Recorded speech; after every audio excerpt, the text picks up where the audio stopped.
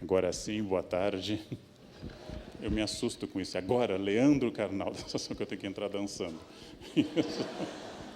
É um prazer vir falar para os senhores nessa palestra sobre um dos temas que hoje talvez seja o tema mais candente, que mais puxa as pessoas, que é o tema da ética. A questão ética, hoje no Brasil em particular, está se transformando numa questão muito importante para todas as pessoas.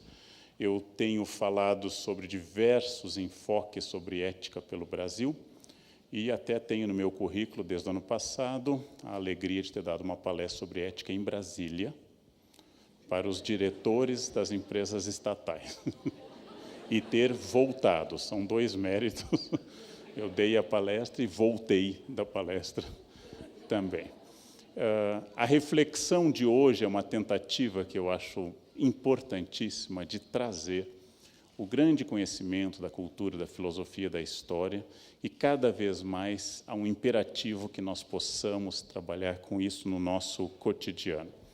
Eu sigo há muito tempo a publicação, tive o privilégio de conversar com ele quando veio ao Brasil, este senhor de agora 91 anos, Dr. Zygmunt Bauman, polonês de nascimento, dá aula na Inglaterra em Leeds, e um homem de memória notável, uma esperança para todos nós, 91 anos e a memória é ótima, muito produtivo, um homem que tem produzido nas suas mais de 30 obras publicadas, muito sobre o conceito de liquidez, mundo líquido, modernidade líquida, amores líquidos e assim por diante. Que metáfora é essa fundamental para todos nós? O mundo não tem forma. O mundo da minha avó e da avó dos senhores tinha forma. Talvez o mundo das mães talvez ainda tivesse forma. O mundo de hoje não tem forma. Ele não tem um princípio estabelecido. Devo colocar meu filho numa escola tradicional ou construtivista? Minha avó teria uma resposta clara. Quais são as melhores carreiras? Qual é a melhor maneira de fazer um casamento? As respostas eram muito claras, elas não são mais. Quando os pais angustiados me trazem como professor sobre onde devem colocar o filho para estudar, eu sempre digo, não se preocupe, tanto faz, vai dar errado de qualquer jeito. Então, faça o melhor possível, só ele vai ao psicólogo por motivos diferentes.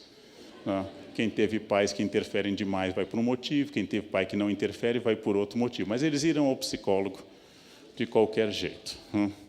E o Rivotril continuará sendo uma grande âncora neste país. Alguém me disse que o Brasil é um dos maiores consumidores de Rivotril do mundo. Eu adoro esse nosso desempenho mundial. Não sei se somos os primeiros, mas podemos chegar lá, gente. Se a gente fizer uma campanha, a gente chegará lá. A minha avó recomendava que eu fizesse concurso para Petrobras. E eu imagino onde eu estaria hoje, aos 52 anos, se eu tivesse chegado à carreira da Petrobras. Talvez estivesse em Curitiba, uma cidade que parte da diretoria da Petrobras teria como amigo um japonês específico. E essas certezas do que era uma carreira, do que era um casamento, do que eram as coisas certas e erradas, pessoas boas e pessoas ruins, ela desapareceu. Nós somos um mundo líquido porque, sem forma, somos obrigados a criar nosso sistema de valores. E o maior símbolo deste mundo, agora eu saio um pouco do nosso querido Bauman e vou para outros autores, como Giddens, por exemplo, ou Manuel Castells, é o que está acontecendo neste momento nessa sala. Eu estou falando, as pessoas prestam atenção e há dezenas de celulares ligados, tirando foto, gravando, filmando e dizendo, estou aqui, kkkk, que é a conversa básica das pessoas. Como eu já disse várias vezes na internet, é uma fixação no potássio, né? Kkkk, potássio, potássio, potássio. As pessoas deviam variar os elementos atômicos, mas o potássio tem uma força enorme. As pessoas estão fotografando, filmando, ou seja, o corpo está aqui e a mente está longe. Mesmo quem não está fazendo isso, está atualizando, entrando no Face. Essa é uma característica contemporânea. A minha geração ainda vai estranhar. E quando a minha geração morrer, não haverá mais estranheza com isso. Eu fiz uma experiência na Unicamp, gente, para exemplificar isso, e para mim foi impressionante. Irritado com os alunos da pós que não paravam de acessar celulares e tablets, eu, pela primeira vez na vida, enfrentei uma sala de aula com um tablet e celular abertos e fingi que atendia mensagens. E um aluno perguntava só um pouquinho e digitava alguma coisa fictícia. Eu queria mostrar a eles que horror era não estar focado. Ao final de 4 horas de aula, triunfante, pedagógica, eu disse a eles, vocês notaram o que aconteceu hoje? Eles, todos. Não, professor, o que foi? Nenhum deles notou. O que significa isso? Quem ainda gosta de foco é velho. É isso. Essa ideia de foco é uma ideia de um mundo mais tradicional. Marx, em 1848, no Manifesto do Partido Comunista, dizia que o nosso mundo entrou numa fase, 1848, onde tudo que é sólido desmancha no ar. Nosso mundo entrou nessa fase, e essa fase vai continuar por algum tempo. Pelo contrário, ela está se acelerando. E a velocidade dessa transformação faz com que eu perca a referência, porque aquilo que transformou o meu mundo já perdeu o significado. Conversávamos agora aqui nas salas anteriores, antes de entrar na palestra, com a diretoria do Conselho, e comentávamos coisas como retroprojetor ou datilografia. As pessoas nessa sala, que têm na cabeça o mantra ASDFG, C cedilha LKJH, também já devem estar tomando estatinas em geral, né? Ou seja, já são pessoas mais experientes, com taxas de colesterol mais descontroladas, né? São amigos do Lipitor.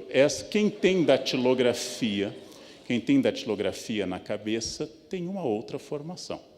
E o que é mais notável, eu perdi meses de vida fazendo o curso de datilografia. Eu tenho diploma de datilografia. Meu sobrinho de 19 anos nunca viu uma máquina de escrever e digita mais rápido do que eu. E ele digita no celular com os polegares e eu digito com o indicador. É um problema estrutural na articulação das pessoas de idade, polegares e indicador.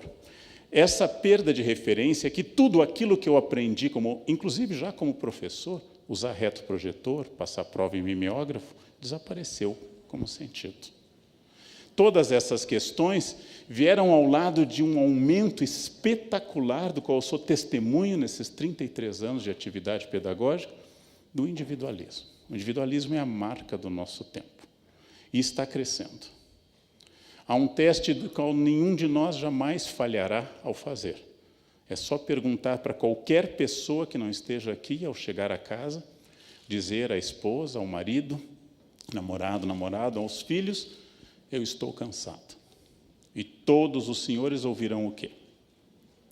Eu também. Quem está casado há mais de 14 horas sabe a resposta. Eu também. Vejam, eu não perguntei como você está. Eu estou tentando trazer à tona a minha dor e o meu cansaço. Então, eu digo, mas eu acordei às 6 da manhã, eu acordei às 5.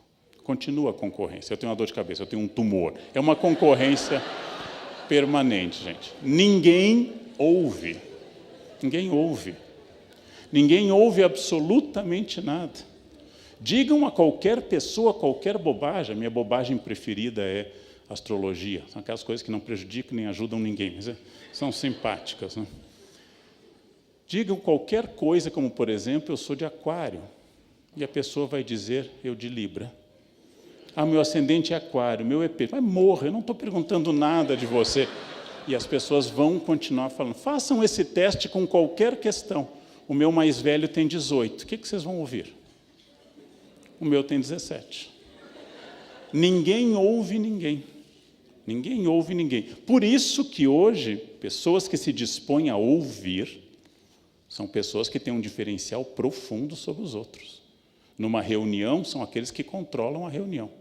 Porque enquanto os outros falam, o silencioso fica captando o rumo da reunião para dar só uma interferência final.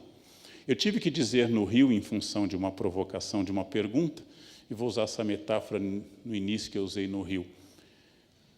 Opinião é que nem uma parte específica do nosso corpo, que fica na parte posterior e que representa o final do processo digestivo. Opinião você pode dar, é sua. Não há lei contra. Não é, ao contrário do que dizem, não é imoral. É seu,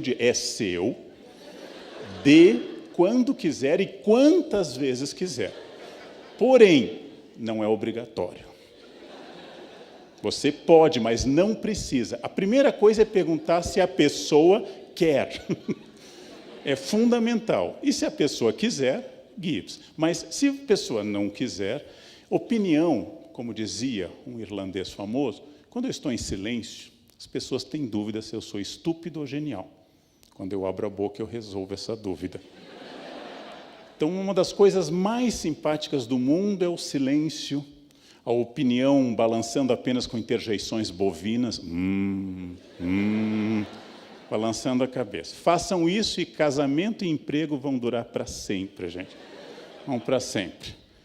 O individualismo é a nossa marca notável, uma das marcas mais extraordinárias deste mundo, porém, ao mesmo tempo, contraditoriamente, a experiência individual clássica, ela está deixando de existir, como nesse quadro Caspar Friedrich, romântico do século XIX, que pinta um homem subindo a uma montanha para ver a paisagem com neblina.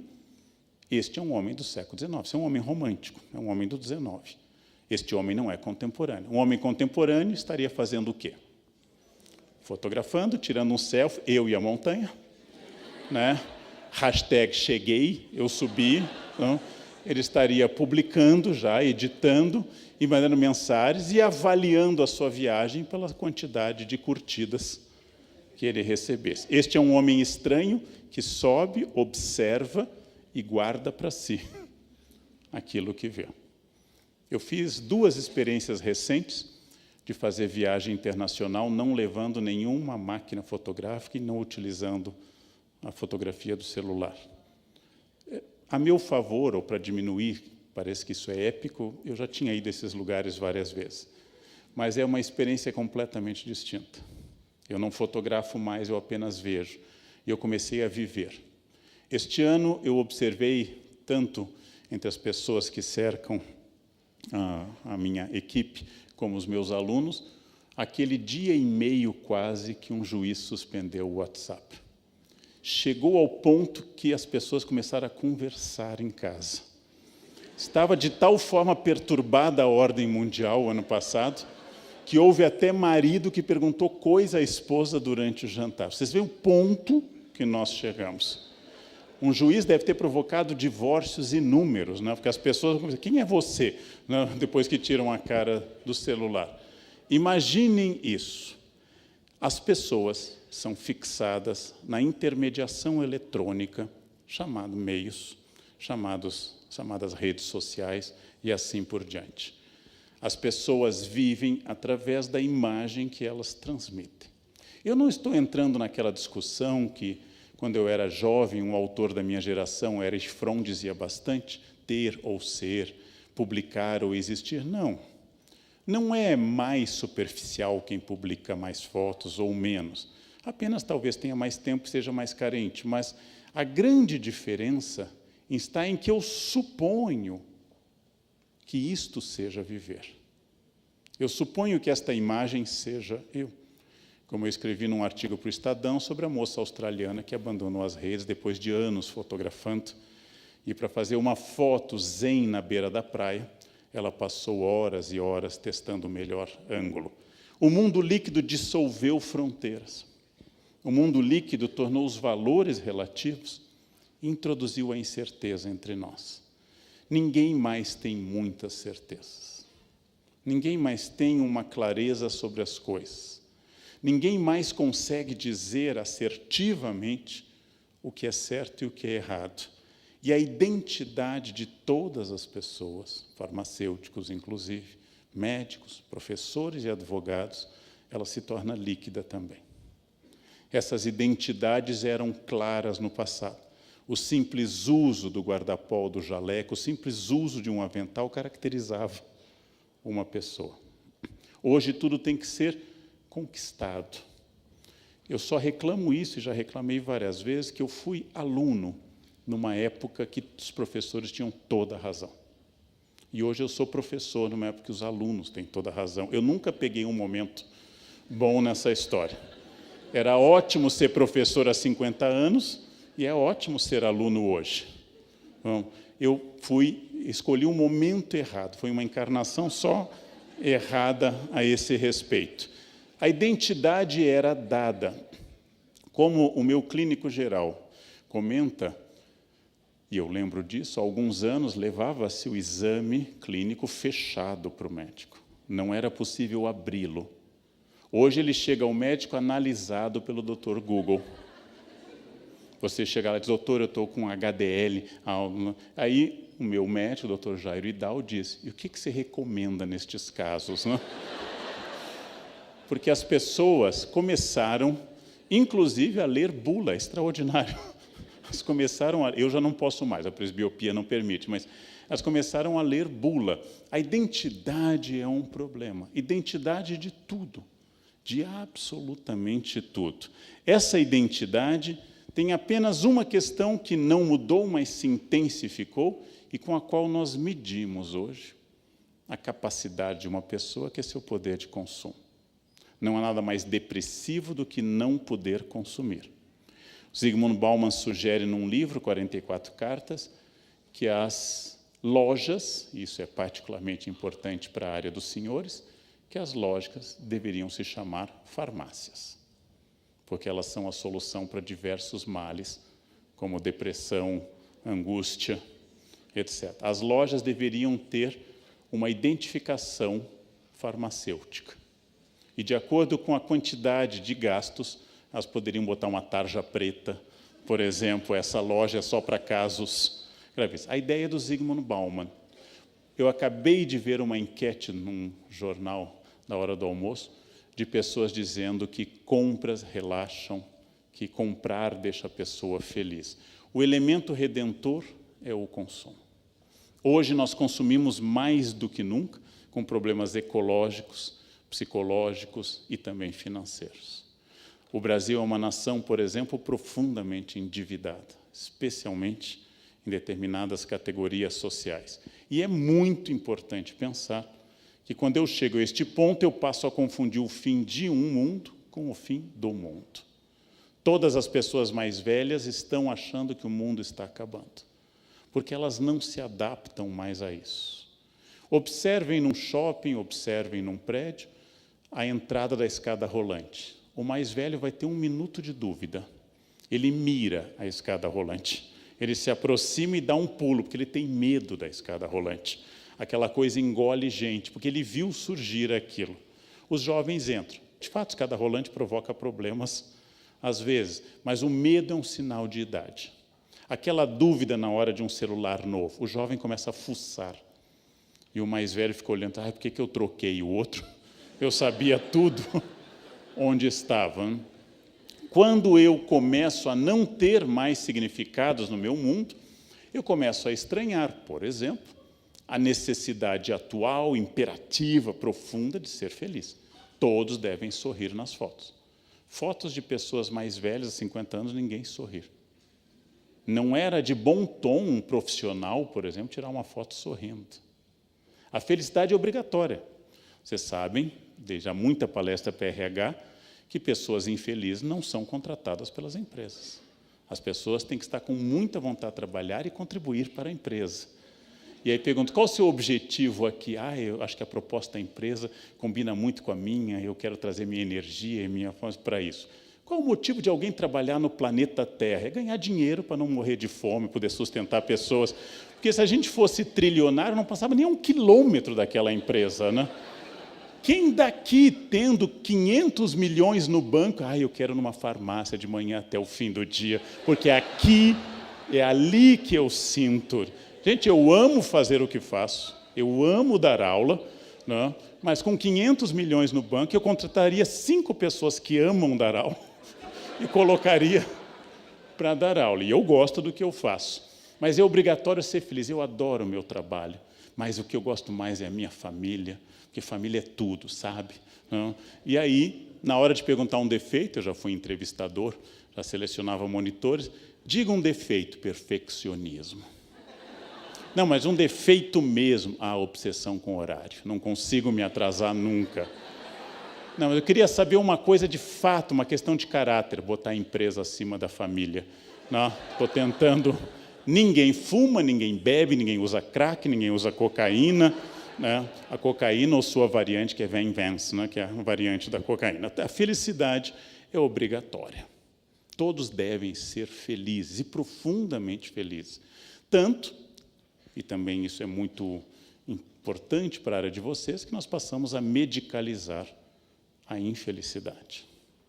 Alguém perde a esposa, perde um filho, perde a mãe, recomenda-se medicação. É óbvio que a pessoa está triste, mas a tristeza é natural. A depressão é uma doença clínica, que pode nascer de uma série de coisas psicológicas e até deficiência de lítio, mas a depressão existe. Mas a tristeza não é um acidente, a tristeza faz parte da vida.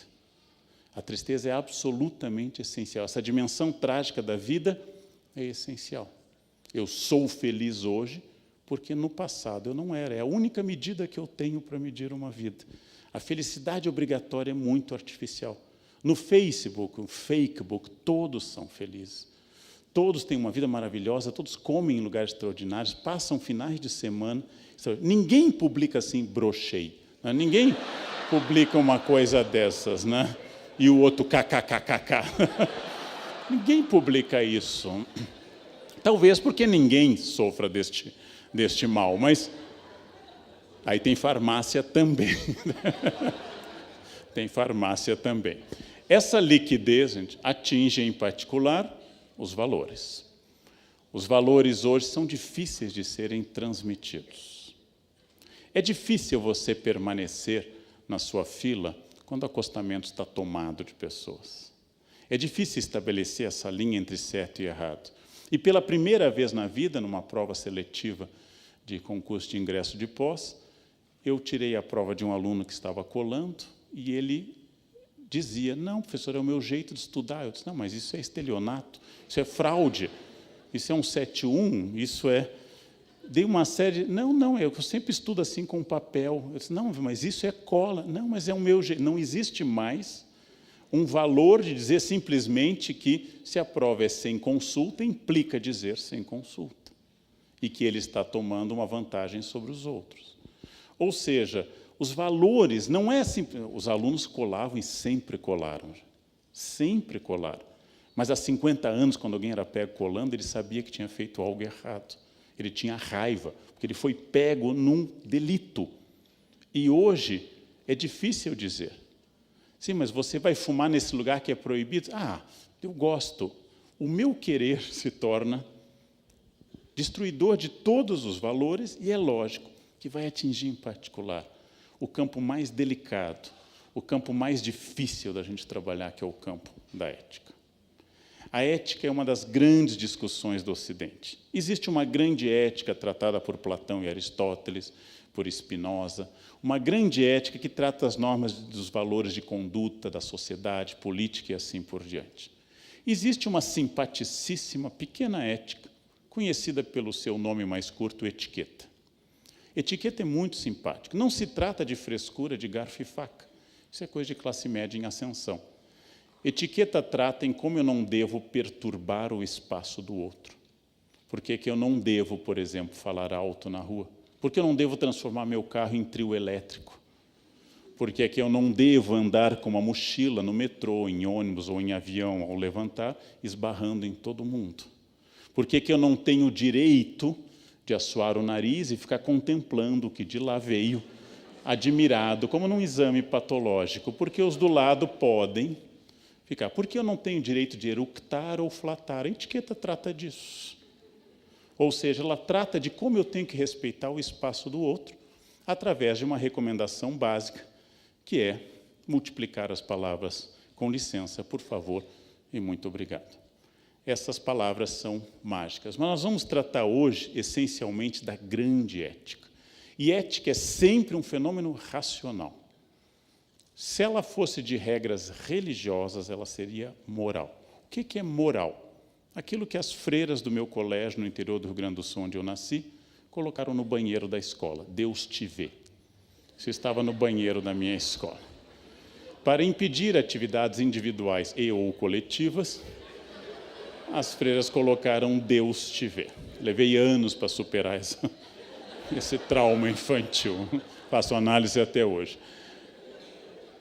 Isso é moral. Por que eu não devo fazer alguma coisa ali, fora o essencial? Porque Deus está me vendo e vai punir ou premiar quem fizer A ou B. Moral pressupõe um Deus, um decálogo, regras. Para os católicos, 5º mandamento, não matará. Para os judeus é o 6º mandamento. Para os católicos, 4º mandamento, honrar pai e mãe. E se eu não honrar pai e mãe ou eu matar, eu vou ser punido ou eu vou ser premiado por fazê-lo. Moral pressupõe alguém me observando. Moral é um campo religioso, é tradicional, é fundamental para a sociedade. Mas eu quero perguntar uma outra coisa. O que aconteceria se não houvesse nenhum céu ou inferno para eu definir o certo e o errado? O que aconteceria se eu pudesse fazer algo que ninguém testemunharia e não teria nenhum efeito na minha eternidade? Por que é que matar é errado, independente do 5º mandamento? Por que é que desrespeitar pai e mãe é um equívoco, independente de haver um céu ou um inferno? Esta é a questão da ética. Qual é o sistema racional para eu poder desenvolver? E eu vou me prender não ao primeiro, mas ao mais importante dos criadores dessa ideia, que é o grande Aristóteles, que decidiu escrever um livro com o título do nome do filho dele. E é muito interessante que ele o tenha feito. É um legado dele para o filho. E o livro se chamou Ética, Nicômaco. Com isso, Aristóteles queria dizer que ele quer mostrar de forma clara ao filho o que é o bom comportamento. Esse livro extraordinário, fácil de ser lido, existe na internet, dezenas de traduções. Aristóteles nos traduz desde o início, eu tiro isso do 1º capítulo, em primeiro lugar, que a virtude ética é adquirida, não vem conosco. Ao contrário do que Platão dizia, que a gente nascia com ideias já. Ela é adquirida pelo hábito. Então, primeiro mandamento ético de Aristóteles: crianças são amorais. Crianças não sabem o que é certo e errado. Crianças não medem consequências dos seus atos. Elas têm que ser ensinadas. Por isso que a ética entra em colapso hoje, porque a força para ensinar está diminuindo entre nós. Nós temos medo de não sermos amados e por isso mimamos. E assim, ao invés de amor, criamos imbecis, que é o resultado de todo mimo. Toda criança mimada vira um imbecil, insuportável. E os pais que amam muito ao mimarem estão produzindo alguém incapaz, desagradável e inútil no futuro. Agora, se eu quero educar, eu vou ter que estabelecer limites, porque os limites provocam trauma e o trauma é o início da educação. Bota o dedo na tomada, leva um choque e não põe mais. Pavlov, ação e reação. Ou seja, educar é estabelecer limites. E Aristóteles defende isso desde o início. Ela é adquirida com hábito. Alguns são difíceis de passar adiante. Outros precisam de muita insistência. Nós não nascemos com isso, mas nossa natureza é capaz de adquiri-la e aperfeiçoá-la. É a crença de Aristóteles na educação que eu acho fascinante. Nós podemos moldar o ser humano para que ele aprenda a perceber o espaço do outro e aprenda que ele não é único no mundo. Nós podemos moldar o ser humano para que ele saiba que ele faz parte de um todo, que ele não é a única pessoa neste planeta. E, com isso, ele vai desenvolver um senso ético. Primeiro conselho aristotélico: eduquem. Hoje, isto não vale só para crianças. Se vocês estão numa empresa, se vocês têm a posse de uma empresa ou trabalham numa, se vocês possuem uma farmácia ou trabalham para uma, vocês vão ter que perceber que hoje nós temos que educar adultos também. É uma novidade. Nós temos que educar adultos hoje, porque alguém pulou essa fase. Alguém pulou essa fase. E é possível, nem sempre, mas é possível, educar adultos. É por repetição, nem sempre. Toda a base da ética aristotélica e toda a base do mundo aristotélico é a ideia de responsabilidade. O que acontece passa por mim. Sem ter lido Aristóteles, minha mãe, de origem alemã, dizia de outra forma: o que começa com eu é problema seu. Essa era uma das regras de educação da minha casa. Começa com eu é problema. Eu estou cansado, problema seu. Não precisa trazer a nota. Eu estou doente, então resolva. Esse é um problema seu. Só traga para nós o problema que for nosso, não seu. Dessa fase, minha mãe acreditava que criança era chantilly, batendo cresce. Quanto mais bate, mais cresce. Educar a descer o sarrafo na criançada. E nós somos bem educados. Naquela época não tinha trauma, também não tinha bullying, a gente tinha que correr mesmo. Não tinha bullying, não tinha serviço de orientação pedagógica, tinha que formar a sua turminha para enfrentar a outra. Era assim, era gangue contra gangue. Responsabilidade, gente, é quando eu decido me incluir no pacote. Observem as seguintes frases muito comuns em conversas entre nós. O brasileiro é sempre atrasado. Esta frase é adequada para um estrangeiro. Não é muito simpática, mas é adequada a um estrangeiro. Um brasileiro dizer isso está implicando dizer que ele não é brasileiro ou ele é pontual. Os brasileiros não sabem votar. O brasileiro é muito assim instável nos sentimentos. Todas essas frases que povoam nossas conversas omitem meu eu. Ora, as pessoas são muito invejosas e eu nunca encontrei alguém que invejasse. Mas todos dizem que as pessoas são invejosas. Há um problema entre numerador e denominador. Todos são invejados e nunca encontrei um invejoso, que é o pecado mais envergonhado de todos. Ninguém diz eu me invejo, ninguém diz isso. Responsabilidade é quando eu coloco o meu na reta. Quando eu passo a pensar, o trânsito de São Paulo é ruim, é violento e não é cidadão. Qual é a minha participação nisso? São Paulo é uma cidade frequentemente suja, apesar de nós amarmos a cidade que fará aniversário semana que vem, frequentemente ela é suja. Qual é a minha participação nessa sujeira? Este condomínio, as pessoas são muito difíceis. O que eu estou fazendo para melhorar isso? Ou quanto eu colaboro para essa dificuldade existir? Porque reunião de condomínio é quase o fim da esperança na humanidade. A gente confia na humanidade até o início da reunião de condomínio. Responsabilidade é o primeiro passo da ética, porque eu não passo mais a observar o mundo como espectador, mas entendendo que eu sou parte deste processo. Quando eu entendo isso, muda a minha maneira de estar no mundo e de ser no mundo. Eu me torno um ser histórico, que passa a dizer que a política brasileira, entre outras coisas, passa por mim. Que a ética brasileira, entre outras coisas, passa por mim. Que o trânsito, que a sujeira e que tudo mais passa por mim, que combato ou colaboro com isso. Que o mundo será fruto de muitos eus históricos, de muitos seres históricos. É uma das coisas mais comuns na análise das pessoas, profissionalmente e psicologicamente, a omissão do eu, a omissão do papel que o indivíduo exerce. Qual é o problema que eu enfrento na minha empresa? Qual é o problema que eu enfrento na minha farmácia? Qual é o problema que eu enfrento no meu escritório? Passa por mim. Passa o problema e passa a solução. Quando nós descobrirmos isso, nós temos uma postura totalmente diferente. Porque a tradição nossa é a alienação, ou o que Sartre chama de má-fé. Não tem a ver comigo. Má-fé é quando eu atribuo a terceiros.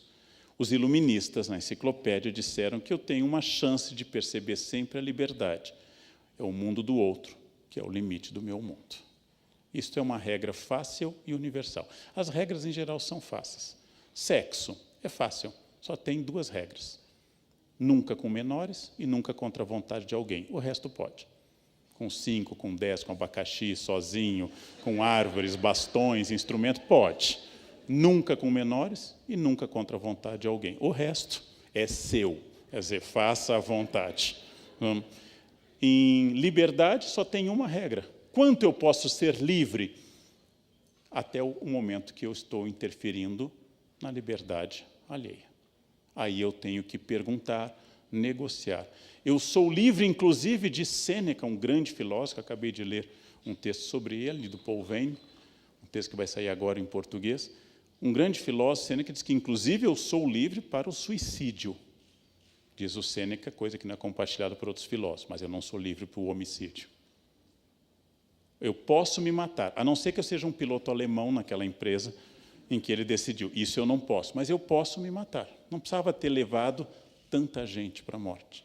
Bastava ir na Sé, comer um churrasquinho grego, septicemia na certa, gente. Bastava ir lá no sol, pega um suco, um tangue, né, 2,50, pãozinho, aquilo, alguma proteína, provavelmente de origem animal, e aí você come, toma o tangue, né, e aí espera, ela vem rapidamente, né, pior que ebola, aquilo vem rapidamente. Eu tenho direito ao suicídio se ninguém depender de mim.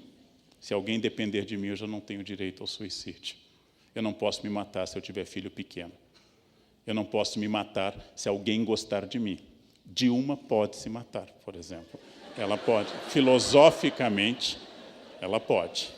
Não deve, porque é um ser humano amado por Deus, pelo menos. Mas ela pode se matar.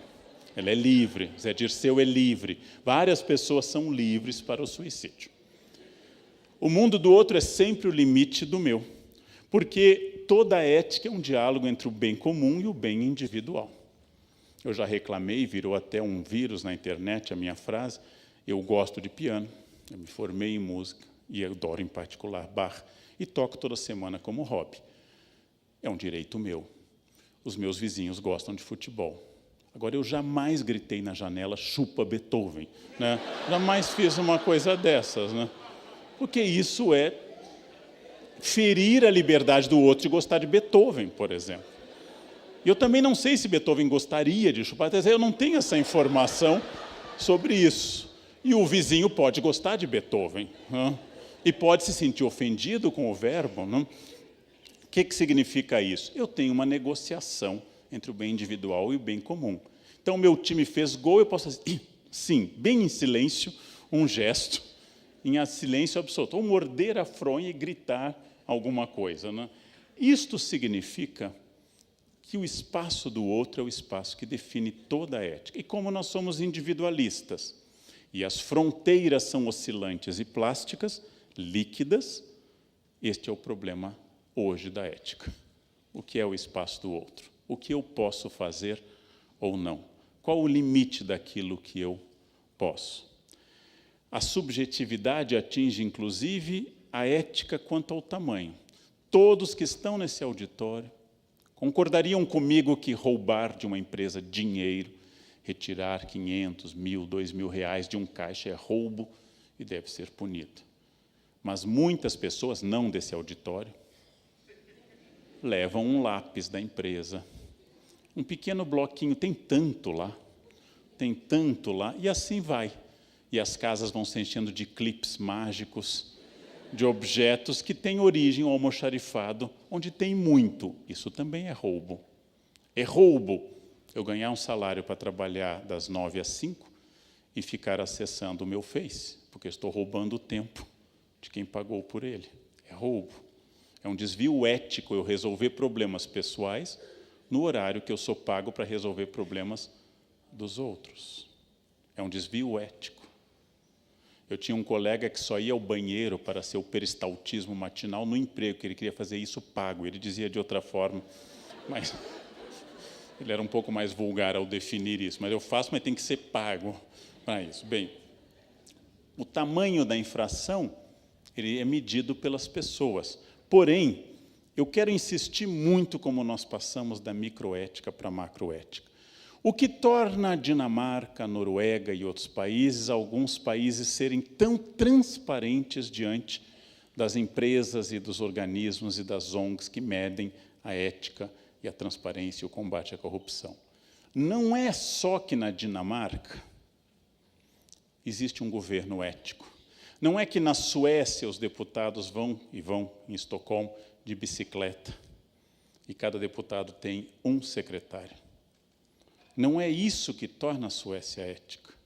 É que a sociedade sueca é ética. E a política é o topo dessa pirâmide.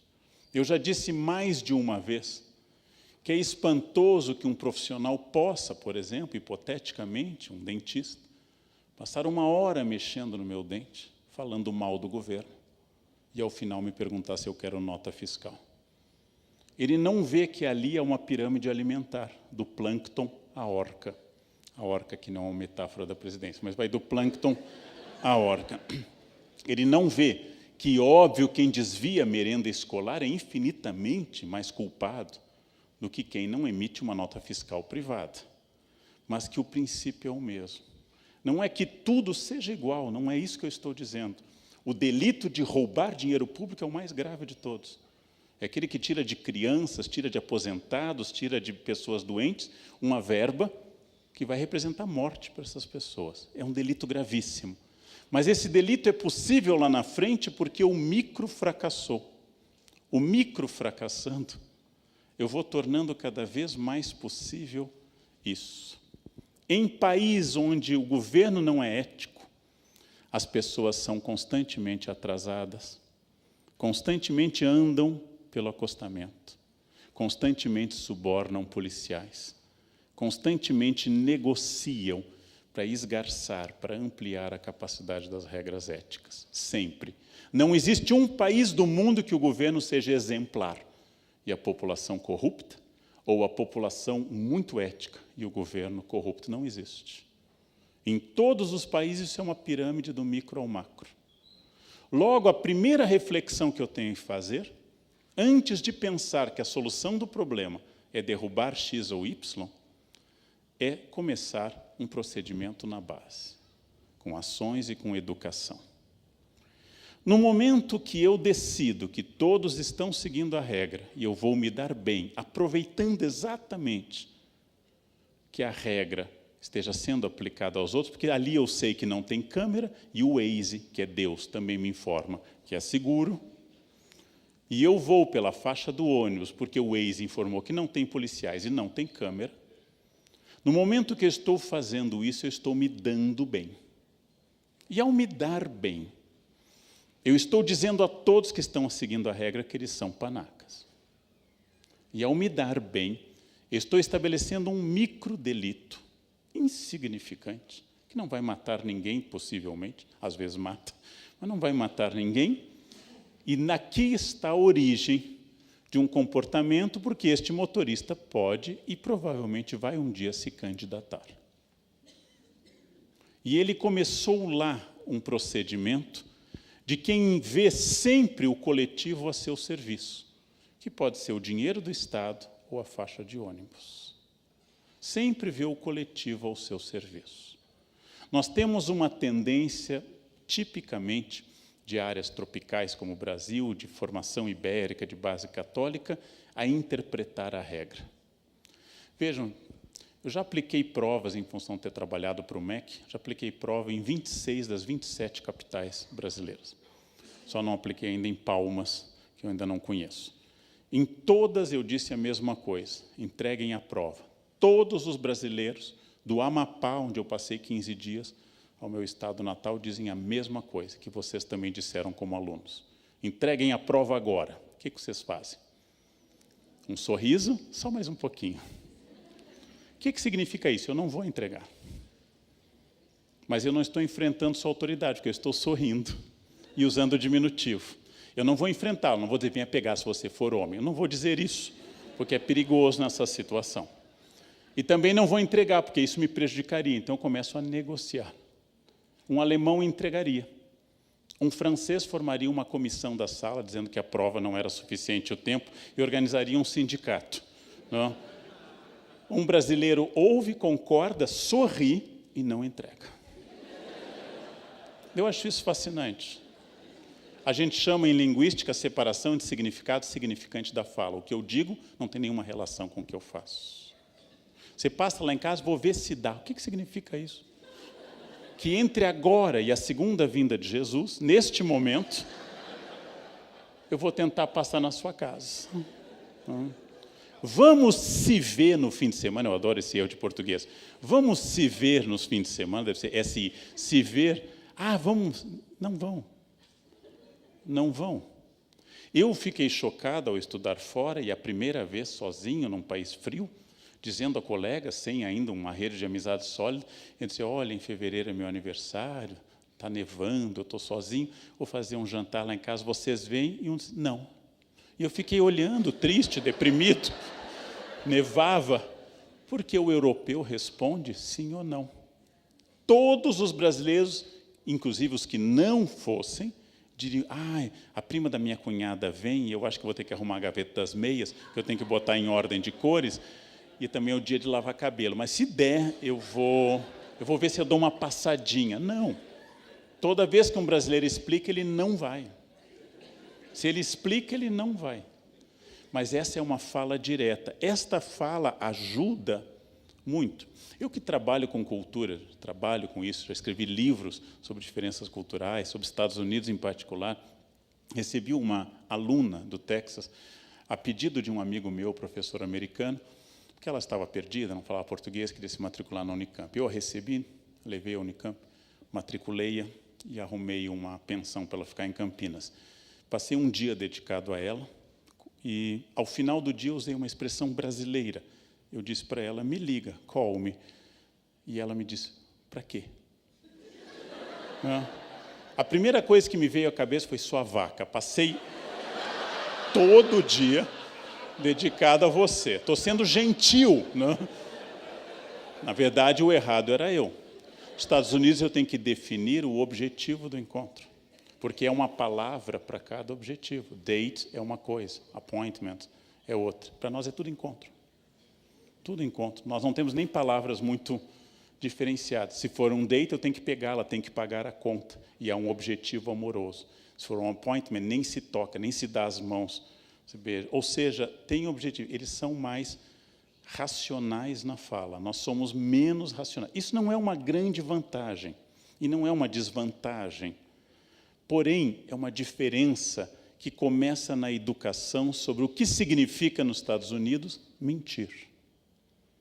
Quando o americano pergunta, quando você desce nos Estados Unidos, se você é terrorista ou desenvolve atividades anti-americanas, ou se é ligado a algum grupo radical, todo o Brasil, olha que idiota, porque se eu fosse, eu ia mentir.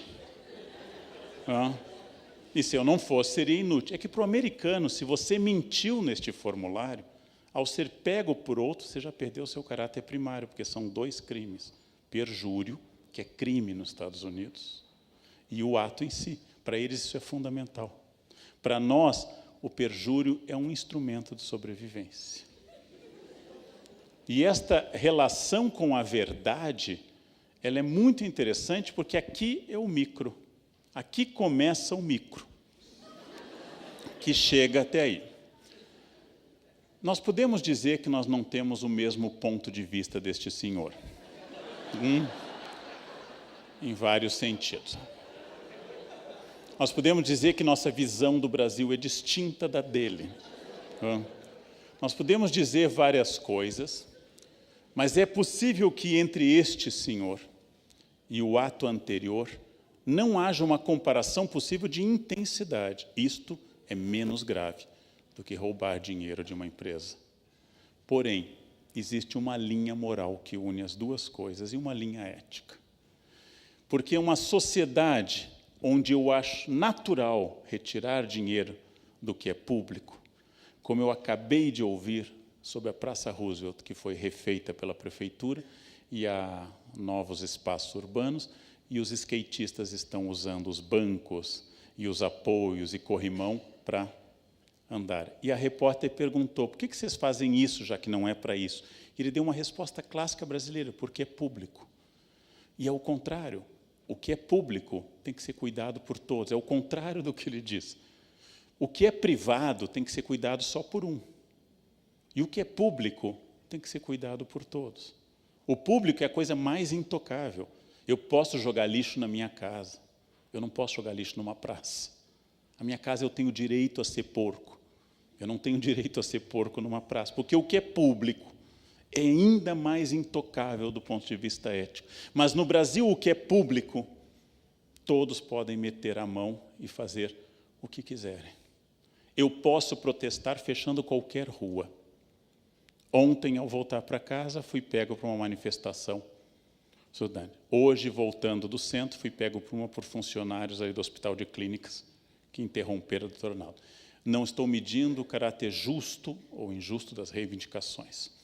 Porém, eu posso interromper a vida de todo mundo porque eu tenho uma demanda.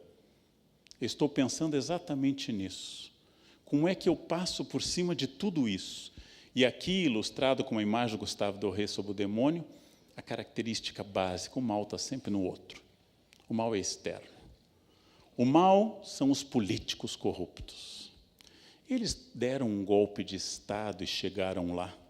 À força? Não, eles foram eleitos.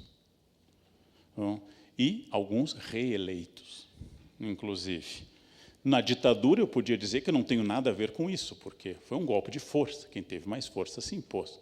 Mas na democracia, mas os votos vêm de uma região do país menos ilustrada. Os votos vêm de todas as regiões do Brasil. Ninguém ganha a presidência da República só com 9 dos 27 estados.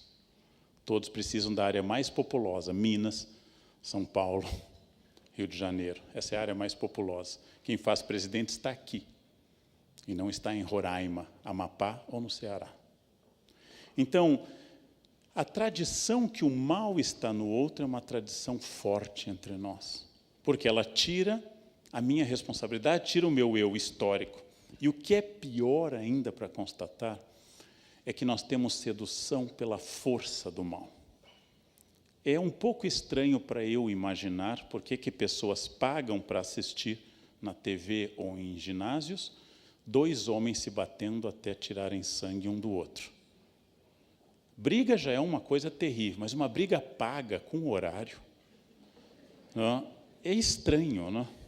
Parece um crime premeditado. Não aquele impulso animal de brigar com alguém que todos nós já tivemos.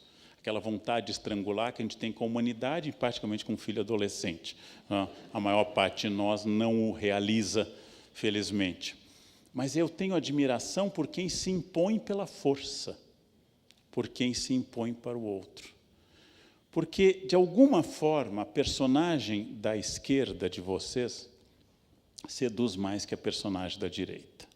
De alguma forma, a personagem da direita, que é bom pai de família, trabalhador, pontual, é calmo, herdou da avó, este fleuma total de um britânico, o outro é maconheiro, dado a festas, o outro é a personagem mais popular da família real depois da Rainha Elizabeth.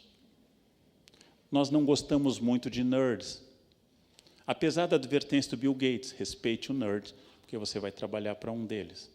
Respeite o nerd da escola, você vai trabalhar para um deles. Nós gostamos do malandro.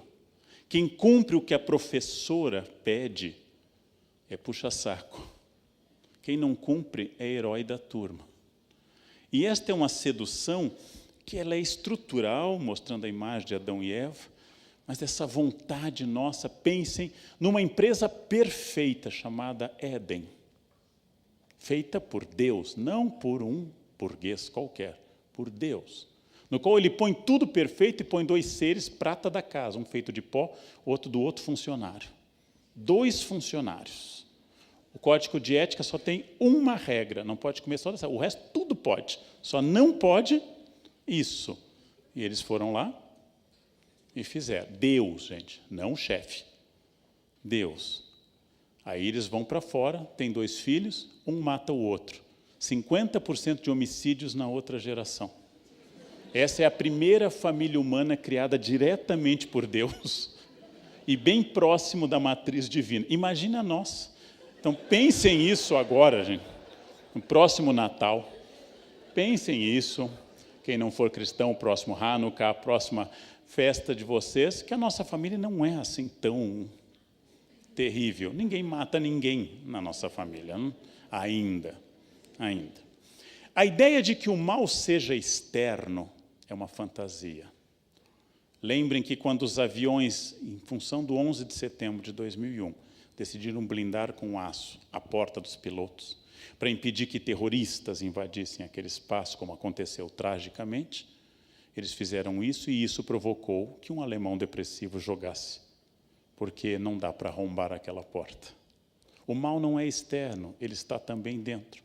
Imaginem um pai de família que cerque a casa com fosso, com cerca elétrica, com seguranças armados, ponha portas de aço, alarme, Feche tudo e diga à sua filha: agora estamos seguros, querida Suzane Richtenstoffel. Agora a nossa família pode dormir em paz, porque nenhum bandido vai entrar.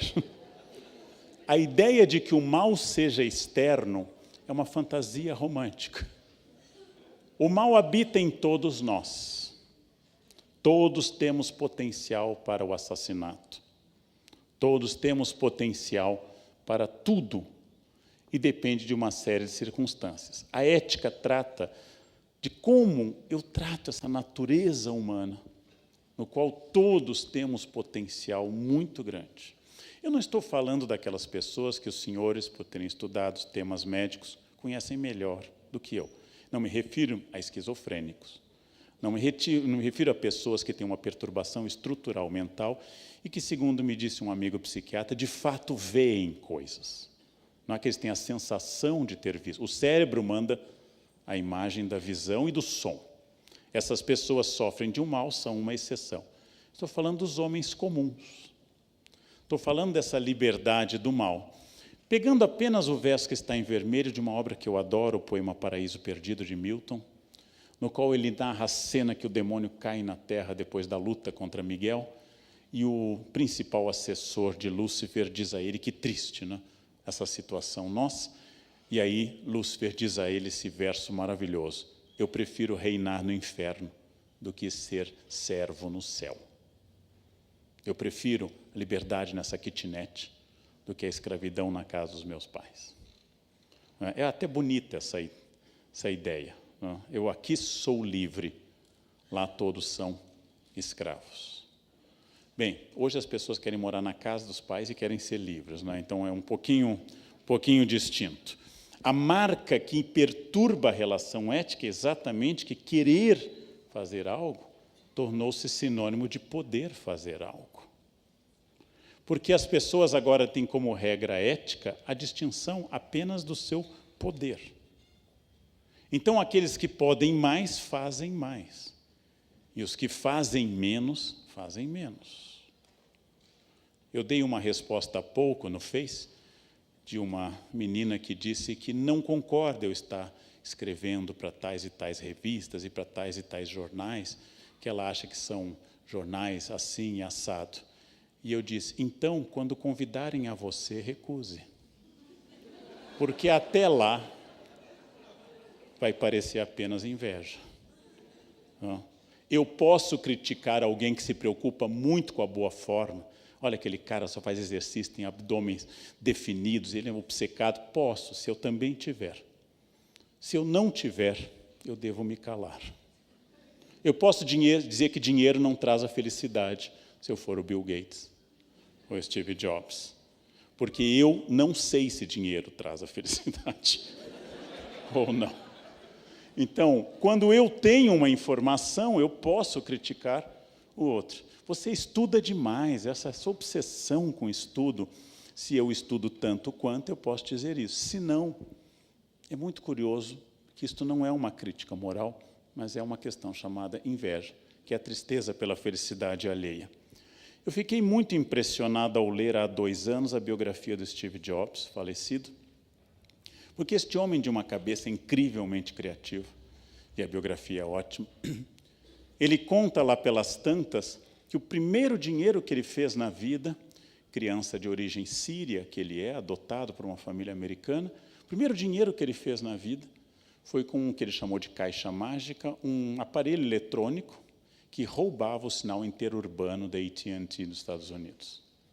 Ele vendia esse aparelho que você, acoplando ao telefone, tornava local uma ligação interurbana, no telefone fixo. Os jovens não sabem o que é telefone fixo. Anotem, depois o tio explica. Era um aparelho que ficava na mesa e a gente discava. Vão anotando essas palavras, depois o tio mostra com a ajuda da internet, tá? A gente discava aquilo. E, às vezes, a linha dava ocupada. Isso. Bem, eu não estou fazendo um julgamento moral de um homem muito mais importante do que eu. Eu estou fazendo um julgamento moral do orgulho que ele sente por isso. Uma outra biografia, que é uma biografia de um empreendedor brasileiro, que agora não é mais tão rico, ele conta na sua autobiografia, que o filho alega ter sido o único livro que leu na vida, que ele trazia joias da Europa costuradas na bainha da calça. E com contrabando de joias ele começou a acumular dinheiro. Vejam, eu já fiz muita coisa errada na vida. Nunca contrabando de joias, mas já fiz muita coisa errada. Agora, eu nunca vou me orgulhar disso. É essa a questão que eu estou trazendo à tona. Eu não vou me orgulhar de um momento de fraqueza que, por falta de caráter, ou por falta de oportunidade, ou de consciência, eu fiz alguma coisa errada. Eu vou ter vergonha disso. Eu vou ter vergonha de todas as vezes que eu menti para as pessoas que eu gosto. Eu tenho vergonha, não posso me orgulhar do mal. Essa é a grande questão, porque este é o modelo de empreendedor que é apresentado ao mundo. Este é o homem que venceu porque passou por cima das regras. Uma grande empresa brasileira pede para eu dar uma palestra para os seus funcionários, dizendo, nós queremos que o senhor estimule neles o empreendedorismo. Eu disse, mas se eu estimular, eles vão sair da empresa. Porque empreendedor não combina com CLT. Vocês estão confundindo estimular a atividade, a criatividade ou a dedicação, a identidade corporativa, com o empreendedorismo. O empreendedor, por natureza, é alguém que quebra as regras. E como é que eu vou querer um empreendedor na empresa? Alguém criativo? Se a primeira coisa que eu vou medir na entrevista é se ele está vestido de acordo com todo mundo. Ou seja, se o homem está de terno escuro, se a mulher está de tailleur, com poucas joias. Se eu quero que ele tenha um uniforme, como é que eu quero um empreendedor? Se ele aparecer com o cabelo roxo ou com um adereço de caveiras, eu não vou contratá-lo. O que significa isso? Que eu não estou querendo um empreendedor. A minha birra não é com o erro. A minha crítica não é moral. Olha o que Steve Jobs fez, eu nunca faria. Provavelmente eu faria, talvez pior. A minha birra é com o orgulho diante do ilícito. Então, talvez seja o ponto que nós estejamos, que as pessoas estejam se orgulhando do ilícito. E isto dificulta, inclusive, o nosso diálogo. Sem ética não há diálogo. Se vocês querem saber o que é uma sociedade que abriu mão de toda e qualquer potência ética ou de possibilidade ética, vocês têm que olhar para a Síria de hoje. A Síria de hoje é um país onde 3 grupos igualmente homicidas, um ditador, um grupo de rebeldes e o Estado Islâmico, estão se matando. Quem matar mais vence. Quando 3 não estão dialogando mais, não tem mais nenhuma ética, não tem mais diálogo, e a população síria tem que se atirar no mar. Ontem morreram 2 pessoas de frio, porque agora estão fugindo para uma Europa gelada, nas águas tumultuadas do Mediterrâneo. Quando não há mais ética, não é mais possível a vida em conjunto. Eu posso negociar, por exemplo, dentro da relação de um casal, praticamente tudo. Eu posso dizer que você foi violenta, você foi violento na fala, ou que você foi injusto, ou que você foi agressivo. Mas são possibilidades de diálogo. Enquanto há diálogo, existe chance para o casamento, para a amizade, para as relações. Quando há agressão física, isso se interrompe. Se você levou um tapa na cara e continua dialogando, a próxima etapa é ler 50 tons de cinza e ser feliz no casamento, porque você está, de alguma forma, gostando disso. A agressão física, ela interrompe o diálogo, ela interrompe a possibilidade, a ética estabelece limites, e um desses limites importantes é o limite exatamente da questão física. Bem, Sartre disse na sua peça Entre Quatro Paredes que o inferno são os outros. Porque o outro nos obriga permanentemente a pensar valores e assim por diante. Mas Gandhi dá uma pista distinta que eu gosto muito. Gandhi diz que a maior questão para todo mundo levar como tradição de vida, ele diz isso pouco antes de ser assassinado, em janeiro de 48, ele diz que eu devo ser a transformação que eu quero ver no mundo. Que a minha família deve ser a família que eu quero mostrar ao mundo. Não para o Face, mas para o mundo real. Que se eu sou um defensor da ecologia, ótimo, a minha casa recicla lixo. Eu não preciso protestar contra uma empresa em Mariana. Eu posso protestar contra a empresa em Mariana, mas a minha casa recicla lixo. Se eu sou contra preconceitos absurdos como o machismo, como preconceitos absurdos, como a homofobia, e o mais indescritível de todos, que é o racismo, que é a imbecilidade mais sólida que a espécie humana já criou, se eu tenho isso como meta, como eu tenho ao militar em grupos antirracistas, eu tenho que demonstrar que eu sou o exemplo disso. Quando eu sou o exemplo disso, eu comecei a mostrar ao mundo o que eu quero. Agora, onde eu meço essa ética? Aí tem uma regra, que não é minha, é de muita gente. Eu não meço a ética quando eu falo com o juiz do Supremo Tribunal Federal. Eu não meço a ética quando eu estou falando com o delegado. Eu não meço a ética quando eu estou falando com alguém mais forte do que eu, física ou institucionalmente. Eu meço a ética falando com faxineiras. É aqui que eu meço a ética. Com as pessoas que eu não precisaria ser ética, é que eu meço a minha ética. Porque respeitar o delegado não é ética, é instinto de sobrevivência. Respeitar uma pessoa mais forte do que você significa que você vê e tem um mínimo equilíbrio psicológico para isso, que você é um ser humano mais ou menos racional. Você não é ético, você é esperto. Respeitar a ética é exatamente respeitar a faxineira terceirizada. Você mal sabe o nome, porque troca todo dia. É esta que mede a sua ética. É esta. E a invisibilidade do trabalho no Brasil é uma coisa impressionante. Há uma experiência na USP, que muitos senhores devem ter visto, de um rapaz no 5º ano de psicologia, 10º semestre, que a Folha de São Paulo publicou, que decidiu, no 10º semestre, fazer um experimento psicológico, colocou o macacão a roupa laranja dos varredores da USP e passou a varrer o corredor da faculdade que ele estudava há 5 anos, 10 semestres, pelas quais passavam seus colegas e seus professores. Não foi reconhecido por ninguém, porque ele estava de macacão. Ninguém olhou na cara e cumprimentou. Ninguém. Se conheciam há 5 anos. A invisibilidade do trabalho físico, em particular, é notável. Ela é notável. Então, eu tenho que ser a transformação que eu quero ver no mundo. Qual é a família que eu quero? Qual é a farmácia que eu quero? Qual é o mundo que eu quero? Eu não posso mudar o mundo, mas eu posso mudar o meu mundo. E isto já é muito, a maioria das pessoas não faz nem isso. Isto fará um mundo mais ético. E eu tenho insistido nisso em todos, eu volto a este tema, em todo lugar, independente do enfoque que eu dou. A vida ética é uma vida mais fácil. A vida sem ética é uma vida difícil. Porque a pessoa sem ética tem que mentir e tem que ter uma excelente memória. Ela tem que ser perfeita nessa memória. Eu contei uma vez, no Nordeste, em Pernambuco, que um amigo meu, infelizmente, me contou que estava traindo a esposa, e aí ele contou o modus operandi. Ele precisa tirar dinheiro no banco para não usar o cartão, que ela vê o extrato. Aí ele tem que pedir um carro emprestado a um colega de escritório, porque a placa dele pode ser fotografada no motel.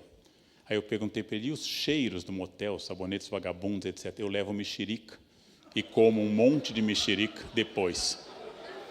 Então já sabe, marido voltou cheirando a mexerica, você já sabe que vocês já têm sócio na relação. Ora, a minha pergunta para ele é óbvia. Infelizmente, as relações humanas não são eternas, porque nós não somos eternos. Mas não é mais fácil não trair, porque parece muita coisa para pouco. Principalmente porque a idade dele é superior à minha, é pouco mesmo. Independente do auxílio de Lavoisier, independente do auxílio de todo mundo, Galeno, a idade dele não vai permitir uma longa infração.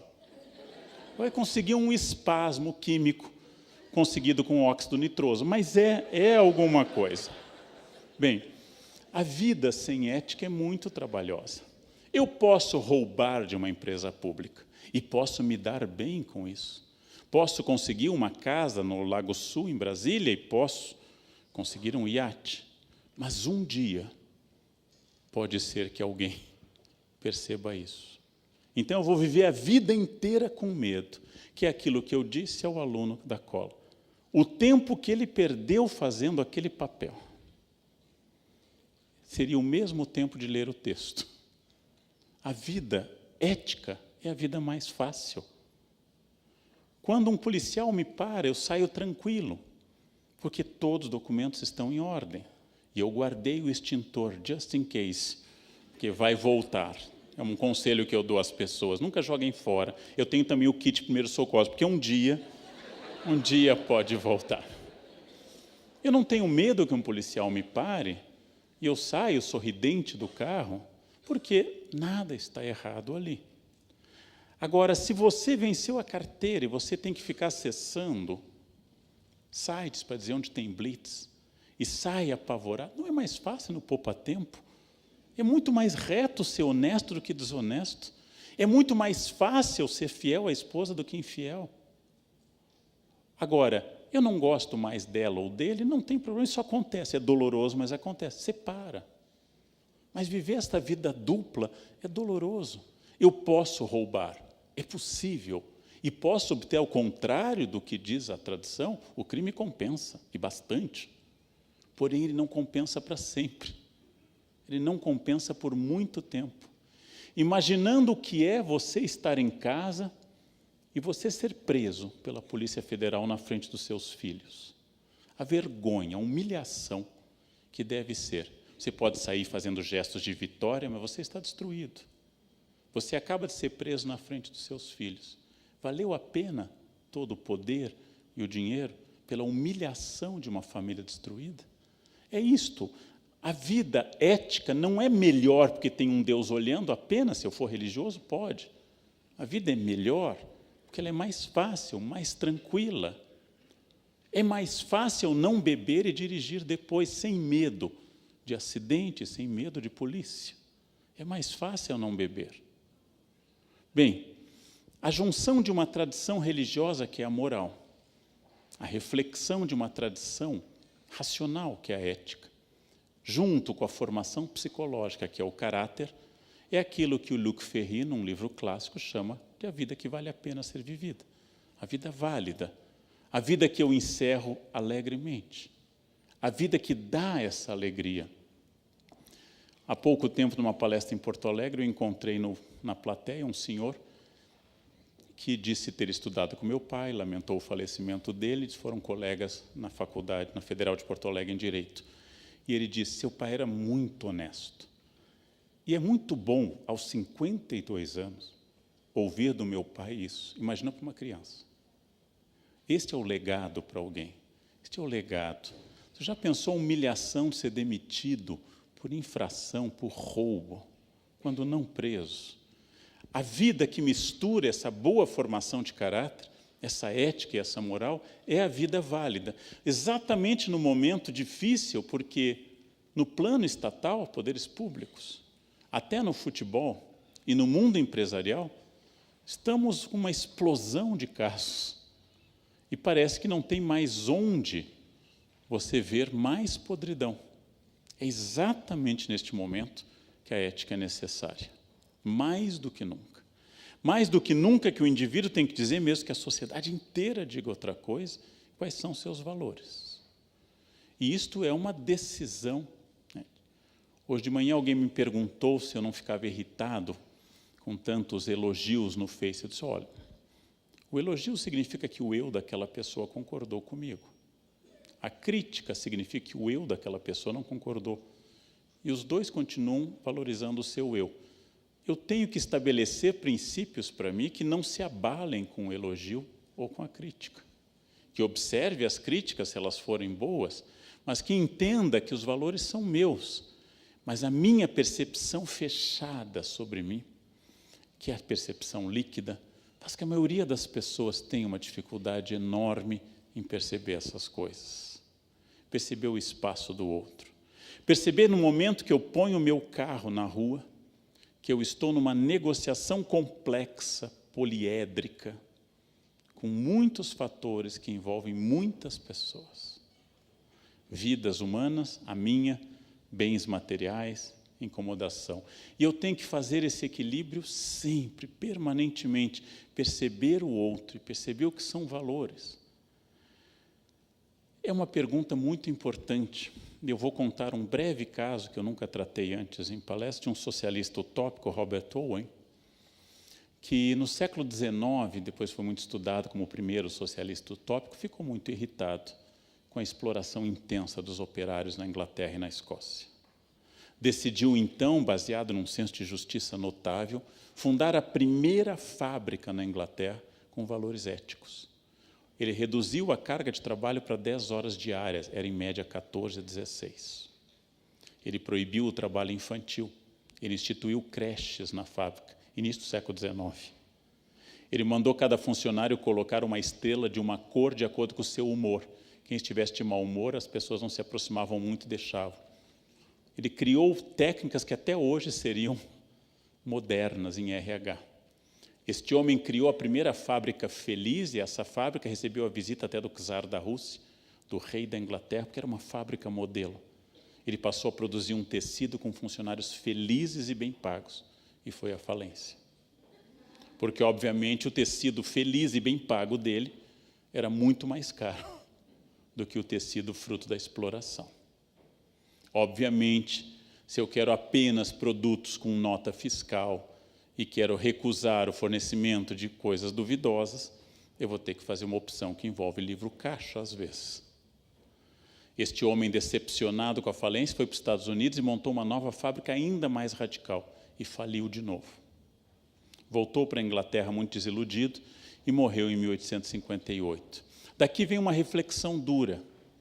De que adianta eu ser ético? Se eu for ético no meu negócio, eu vou perder espaço competitivo. Porque os outros estão fazendo de qualquer jeito. Os outros estão vendendo isso, aquilo que não poderia. Os outros estão passando por cima das normas.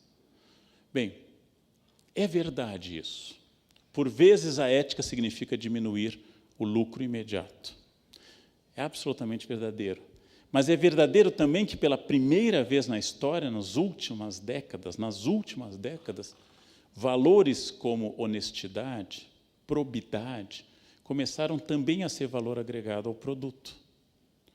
Ou seja, uma empresa que tem fama de ecologicamente sustentável vende mais porque passa essa imagem. A empresa que tem fama de tratar bem seus funcionários recebe mais atenção daquela que trata mal. E pela primeira vez, valores como ética, ecologia, respeito à diversidade, começa também a ser um valor de mercado. Porque nada pesa mais contra uma empresa do que a fama de ser injusta ou uma empresa fora do padrão. Isto afeta os negócios. Trabalho hoje está associado à ética. Pequenos gestos éticos fidelizam um cliente. Pequenos gestos éticos. E pequenos gestos do cliente fidelizam essa relação. Como eu disse há pouco num comércio, ao devolver troco que tinha sido dado a mais, a mulher do caixa me elogiou e disse: nossa, senhor, é honesto. Eu disse: o dia que eu não for, não será por causa de R$2. Quando eu roubar, vai ser legal. Né? R$2 eu sou absolutamente honesto, ético, não mexe comigo nem um minuto. 200 mil, esperemos surgir a chance. Trabalho é uma maneira de construir sentido para a vida. Trabalho com ética, ele vai trazer um prazer em si. Mas a farmácia do outro lado não segue esses princípios. Eu só posso transformar o meu mundo. E se a farmácia não segue esses princípios, ela vai vender mais, sim, e vai ter mais problema com fiscalização. E vai ter mais fama de ser desonesta. E um dia, o japonês da Federal pode vir a conhecer o estabelecimento. Passou a ser o nosso superego nacional, né? que ele quis zela pela nossa moral brasileira. Então, trabalho e ética é o que constrói uma casa, uma empresa e um país. É isso que constrói. Trabalhos constantes. Há pouco, um grupo de alunos me perguntou qual era o segredo para ler tanto. Eu sentei, tirei os óculos que eu uso para ler e vou contar um segredo que eu não espalho muito, porque é um segredo que eu não gostaria de ver nas ruas, mas para ler tanto eu faço assim, eu sento, abro o livro e leio. Este é o segredo. É uma coisa que eu não gosto de revelar para todo mundo. Mas você vai à academia cedo, como é que você consegue? Eu faço assim, eu saio da cama, eu ponho roupa e vou para a academia. É assim, é muito complexo, é muito complexo. Aí eu volto. O que as pessoas não entendem é que isso são decisões pessoais. São decisões pessoais. Ou seja, que a gente precisa tomar essas decisões. Às vezes um pouco no escuro. Meu médico mandou eu tomar Solvenide para preservar a memória. Tem um vago sabor de iogurte, mas tem gosto de remédio mesmo. Então, estou tomando. Talvez não preserve a memória, mas eu também não vou lembrar que eu tomei a vida inteira. Eu tenho espalhado em palestra que a única coisa que cura Alzheimer é a cozinha mineira. Pururuca, bacon, porco. Se vocês comerem todos os dias, não chegarão à idade de ter Alzheimer. Lá pelos 30 e poucos terão um AVC fulminante e nunca terão doenças degenerativas, osteoporose, Alzheimer. Vão morrer no apogeu da idade, obesos e com colesterol lá em cima. Não? Trabalho e ética proporcionam sentido às coisas. E é preciso dizer isso. Que se isso não me provoca prazer, ainda que eu possa dizer que óbvio que eu trabalho porque eu preciso, que ainda não provoca tanto prazer, eu preciso em tudo pensar nessas 3 etapas com as quais eu encaminho para a nossa conclusão. A primeira é a distinção do certo e do errado. Sim, o mundo é líquido, mas eu nunca vi alguém ter dúvida sobre o que é certo e o que é errado. Todos sabemos. Eu posso enrolar, mas eu sei o que é certo e o que é errado. Eu sei o que é fazer direito e o que é fazer errado. Nós temos uma intuição sobre o certo e o errado, muito forte. Segundo, sabendo o que é o certo e o errado, agir a favor do correto. Lutar a favor do correto. E terceiro, percebendo o desvio, notando o erro, ou tropeçando porque somos humanos, correção e volta ao rumo. Somos humanos. Eu vou dar um exemplo aos senhores para não esquecerem que treinamento é importante, mas não é tudo. A coisa que eu mais treinei na minha vida é provavelmente a coisa que os senhores mais treinaram, andar. Eu com 52, segundo minha mãe, ando desde os 11 meses, logo 51 anos treinando diariamente. Se fosse uma língua, eu já seria um gênio da língua. 51 anos de treino diário, às vezes bastante. E eu tropeço. O que significa? Que naquilo que eu mais treinei na vida, eu também erro. Errar é humano não porque nós erremos bastante, mas que isso que nos tornou humanos. Logo, eu sei que eu vou ter um deslize. Eu gostaria de nunca ser grosseiro com nenhuma pessoa. E eu acordo de manhã com essa disposição de não ser grosseiro, de sempre tratar todo mundo com muita polidez. E os 100 primeiros são tratados por mim com muita polidez. A partir dos 120 já é assim, quando eu chego no 100º, 50º, que me diz uma imbecilidade agressiva, aí eu estouro. Aí eu sei que eu errei, que a minha paz deve pertencer a mim e não ao outro. Peço desculpas e vamos de novo. Amanhã eu vou tentar. Eu vou tentar mais uma vez. A correção é fundamental. Ética é fruto de 3 ações. A primeira é uma avaliação do bem e do mal. A segunda é uma ação concreta em direção à ética. E a terceira, que complementa a segunda, é a correção do ato alheio ou meu permanente. Todos sabemos, nós temos todas as respostas. Eu estou convencido que todos aqui sabem exatamente, por exemplo, se é hora de manter o casamento ou interrompê-lo. Todos sabem isso, mas nem sempre é a resposta que eu quero ouvir. Uma vez eu disse isso numa palestra há muitos anos, e o fotógrafo me disse depois por e-mail, que chegou a casa e rompeu com a esposa graças à minha palestra. Esse não é isso que eu estou dizendo. Não me acuse. Estou dizendo que eu sei as respostas. Vê-las ou não vê-las é um pouquinho uma escolha minha. A ética nasce de uma reflexão. Essa reflexão envolve ação, e aí o feedback que vai fazer eu corrigir meus atos. Este é o ponto que eu preciso melhorar. Eu preciso melhorar, por exemplo, minha reação a frases não muito lógicas. Eu preciso melhorar minha reação. Quando alguém me disser uma frase não lógica, eu preciso entender mais e julgar menos. Esse é um ponto que eu falho muito. Contei ontem no Jornal da Cultura que um taxista me disse, clima maluco, né, doutor? E eu disse, não, o clima de São Paulo é subtropical de altitude, a temperatura oscila 10 graus na primavera e no outono. Não é maluco, ele é absolutamente dentro do esperado. Aí ele entra num silêncio absoluto, a gente não conversa mais nada a partir disso. Eu devia dar sequência, e o jogo de ontem, tanto faz, não precisa nem ter visto, né? Basta dizer, e aquele lance, aí a conversa segue e você vai. Eu preciso pensar permanentemente nos grandes e pequenos defeitos, avaliá-los. A imagem de uma escultora americana chamada Carlyle é a imagem de um homem se esculpindo, é um self-made man, de fato. É um homem se esculpindo. Fazer e fazer-se é a síntese dessa crença aristotélica de que eu me produzo. A minha vida não é infeliz ou feliz. A minha vida não tem sorte nem azar. Eu não tenho segredo de trabalho, ou de leitura, ou de atividade física. Eu não sou particularmente mais brilhante que os outros. Eu apenas sei que eu tenho que me fazer, permanentemente. Sorte é o nome que vagabundos e fracassados dão a quem tenta.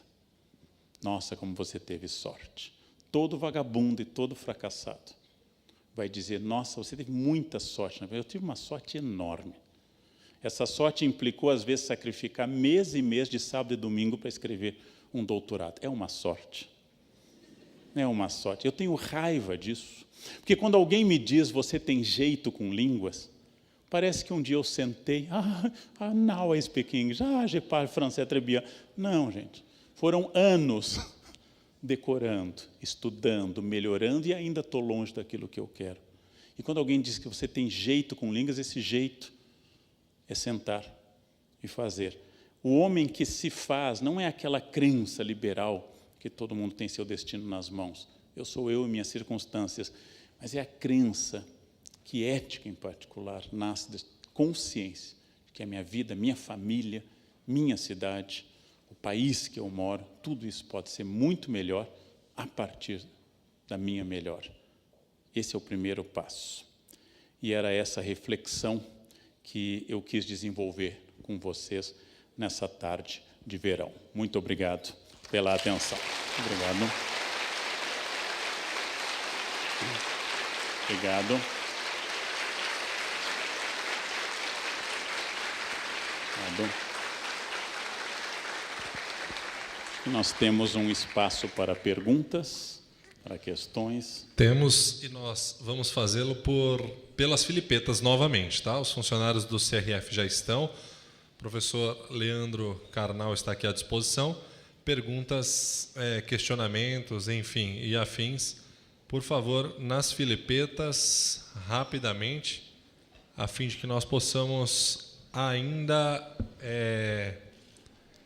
respondê-las dentro do tempo e aproveitar aqui no bom sentido de todo o conhecimento do professor. Quer no microfone? Marcelo, doutor Marcelo, vamos microfonar o doutor Marcelo ali, só um momentinho.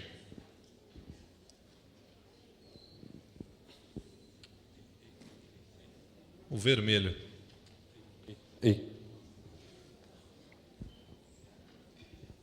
Professor, obrigado pela palestra.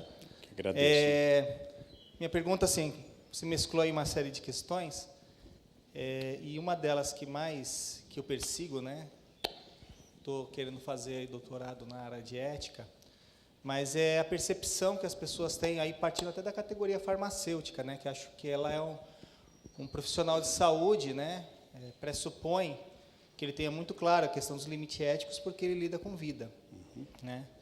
E aí, assim, dado o comportamento da categoria, principalmente em rede social, né, então eu vou lhe dar alguns exemplos. Eu vi recentemente um caso, uma pessoa que tirou fotos, era uma empresa pública, né? E ele tirou foto dessa empresa, né?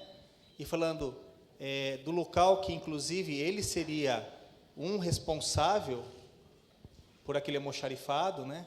E começou a falar, olha que vergonha esse lugar aqui, né? Inclusive, isso poderia até ser, acho que, encarado como crime, né? Um outro caso de farmacêutico, né? que coloca na rede, de forma extremamente agressiva, né, ataque a pessoas e a entidades em assuntos assim que não tem nada a ver, né, uma falta até de conhecimento. E aí me leva a me questionar assim, qual é a compreensão de ética das pessoas, assim, do ambiente do trabalho, da sua responsabilidade, das entidades que o representam, né? E expondo isso, né, como se aquele mundo virtual não fosse um mundo onde ali tudo bem, né? Como se ele não fosse, você tivesse, quando você agride no mundo virtual, como se não estivesse agredindo uma pessoa, como se existisse essa diferença, né? Eu queria, já que você falou em ética e falou muito em rede social, na hora que você estava falando, me suscitou essa questão. Questões muito importantes, Marcelo. Eu acho que a internet está fazendo ainda uma diluição maior da responsabilidade diante das coisas. A capacidade de agressão das pessoas na internet está muito grande. E o debate, ele é sempre essencial. Como eu disse durante a palestra, a falência do debate tem como consequência extrema o caso da Síria. Por isso que eu temo quando alguém está falando e outra pessoa não quer escutar. Eu temo isso, porque há muitas maneiras de protesto político, mas elas passam por ouvir e responder. Alguém que fotografa um almoxarifado no qual trabalha e reclama, em primeiro lugar, transmite a sensação de quebra de confiança da empresa, mas transmite a sensação de que ele não tem nada a ver com aquilo, que ele é uma peça num sistema. Bem, se eu trabalho numa empresa, tudo aquilo tem a ver comigo, tudo passa por mim. Internet, opiniões de internet, de redes sociais, sobre política, sobre outras questões, são um campo minado para as pessoas começarem a expressar seus preconceitos. Então, voltando ao tema que eu trabalhei, vocês não foram formados, como eu não fui formado, vocês não foram formados por uma escola sem preconceitos. Eu fui formado numa escola com preconceitos. Eu fui formado numa escola homofóbica, misógina, que falava mal da capacidade feminina, que duvidava da capacidade de pessoas oriundas de determinadas partes do país. Eu fui formado nisso. E cabe a mim reagir a esse tipo de imbecilidade e refletir hoje, como adulto, que valores são esses e por que eu não quero seguir esses valores. Então, expressar esses valores nas redes sociais é muito perigoso. Todo mundo devia ter muito mais cuidado com as redes sociais, especialmente quem é profissional, especialmente quem exerce uma profissão. Você não gosta de determinado gênero, não gosta de determinado tom de melanina, não gosta de determinada área do Brasil, guarde no fundo do seu coração preconceituoso. É mais prudente, profissionalmente e eticamente. E comece a ler e se informar mais dos problemas. Como diz o Saramago, eu não quero que todo mundo se ame, porque isso é impossível. Quero que, no máximo, se respeitem. Já é bastante. Já é bastante. Então, esta é uma questão, como uma atriz do Rio de Janeiro disse há pouco, eu não sou obrigada a gostar de gente gorda. Claro que não é. Isso fala de uma série de traumas a resolver com o seu psicólogo. Porém, eu sou obrigado a não expressar esse tipo de questão. Eu sou obrigado a não dizer ao mundo que eu tenho um modelo e que o mundo deve se adaptar a este modelo. Eu não devo expor assim a minha dor ao mundo. Todo preconceito expõe uma dor e um medo. Todo agressor é alguém que tem medo profundo de alguma coisa. Dizendo e repetindo Freud, todo gesto de homofobia é o choque entre dois homossexuais, um que aceita quem é e o outro que não aceita. Todo choque homofóbico é o choque entre dois grupos, um que adoraria fazer aquilo, mas não pode, por formação ou repressão, e o outro que provavelmente faz. Todo choque com isso é um choque de eu tentar superar a minha dor. Então, é preciso não expor tantos preconceitos para não pegar mal. Ou usando um verbo que eu aprendi em São Paulo, que eu adoro, não orna. Não orna. Eu adoro esse verbo, ele é paulista, né? Ornar. Para quem não é de São Paulo, é combinar. Ornar é combinar. Não? Sapato orna com cinto, por exemplo. Por favor. Nós temos uma pergunta aqui, professor, do Armando. Ele disse: o pensamento de Sartre e de Simone de Beauvoir. Isso, além de tecnologia, não contribui para o individualismo atual. Eu acho que todo o pensamento humanístico, clássico, inclusive burguês do XIX, contribui para o pensamento individual. Estamos sós, diz o Sartre no seu livro Existencialismo e o Humanismo, estamos irremediavelmente sós. Mas a questão filosófica não é perceber o indivíduo como só, é perceber que eu estou só, do ponto de vista filosófico ou psicológico, mas que meu corpo e minha existência física compartilha com o mundo espaço. Aí não é Sartre, é Newton. Não? Aí eu tenho que levar em conta a existência física dos outros. Ou seja, o individualismo não é um problema se ele for entendido como individualidade. Individualidade é uma vontade. Por exemplo, todo professor e todo profissional, todo farmacêutico, todo médico, todo enfermeiro deve ter autoridade. Autoridade derivada da sua função e do seu conhecimento, que é diferente de autoritarismo. Autoritarismo é quando eu acho que o mundo deve me servir porque eu sou a autoridade. A autoridade é quando eu digo que essa coisa X, fruto disso. Então, autoridade é boa, individualidade é boa. Pensar em si também é bom. Agora, só pensar em si, autoritarismo e individualismo são defeitos estruturais. E ao contrário do que diz a autoajuda, de quem eu sou um inimigo brutal. A autoajuda chama-se assim porque ajuda quem escreve, por isso autoajuda. Quem escreve ganha dinheiro. Ao contrário do que diz a autoajuda, que se você não se amar, ninguém vai te amar, a pessoa que se ama muito é insuportável. Você tem que se amar um pouco menos e começar a observar um pouco mais o mundo. Não? É tudo o contrário que diz a autoajuda. Se você pensar, acontece. Isso é esquizofrenia. Isso é esquizofrenia, gente. Você pensar, acontece, é esquizofrenia. Não? Tem uma autora que lançou um livro chamado O Segredo, que disse: o que você pensa, acontece. Pensei em empurrá-la de um prédio e dizer, agora voa, mas pensa firme, você pode voar. Não? Quer dizer, isso é um delírio de criança em fase pré-operatória, em fase inicial de formação de pensamento abstrato. Então, essas são questões importantes, éticas, de não confundir individualidade com individualismo e não confundir autoridade com autoritarismo. Professor, mais uma pergunta da Márcia. Como você vê a questão da falta de limites nas crianças de hoje? Perda dos valores morais dos pais? Eu acho que as crianças estão particularmente mais inteligentes do que no passado. Eu acho que elas estão com um pensamento mais conjunto, eu chamo de pensamento Windows, quer dizer, várias coisas ao mesmo tempo. Eu estou com uma sensação, meu sobrinho mais novo tem 5 anos, que na praia ele fez assim para mim, quando eu disse que ele não podia pegar uma coisa, uma faca, ele fez assim para mim, que ele queria passar a tela. Eu tenho a sensação que quando eles não gostam, eles querem passar a tela para tudo. É uma geração touchscreen. Toda geração reclama que a anterior não teve os mesmos limites.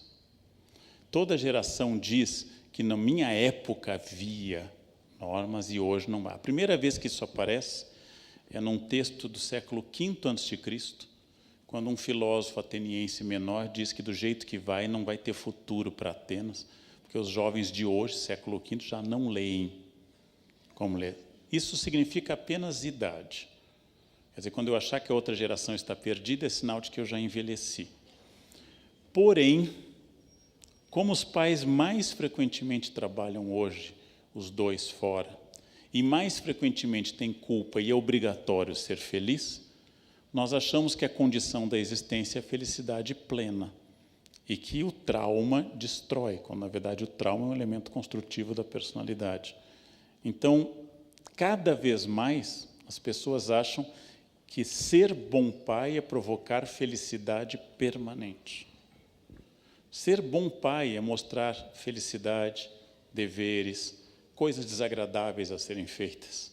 desde limpeza a escovar os dentes, tentar passar valores e, às vezes, ter que estabelecer limites e punição. Punição que cada vez mais entendemos que não deve ser física, mas não quer dizer que ela não deva existir. Derrubar a rede de Wi-Fi da casa está doendo mais do que tapa na cara. Não, deixar a pessoa sem senha de Wi-Fi durante 2 horas num cantinho, isso está doendo muito na média das pessoas. Não? Então, não preciso de punição física, porque o mundo não está mais trabalhando com essa ideia. Talvez fosse um sistema antigo. Mas lembrem, as crianças estão muito inteligentes, mas estão cada vez mais fechadas neste universo eletrônico, cada vez mais, cada vez mais. O que será disso? Não sei, será uma geração diferente da nossa. No meu tempo, a gente fez a Segunda Guerra Mundial, bomba atômica e Auschwitz. Não, no meu tempo, nós matamos 55 milhões de pessoas sem internet, sem computador. Então, eles não estão muito piores do que nós. Fizemos coisas terríveis no passado. A nossa geração fez do século XX e as anteriores o mais violento de toda a história humana, sem internet. Sem internet. Então, não fica jogando, na minha época todo mundo se respeitava. Não, é só uma memória minha e isto é absolutamente falso. Outra questão? Sim, mais algumas, professor.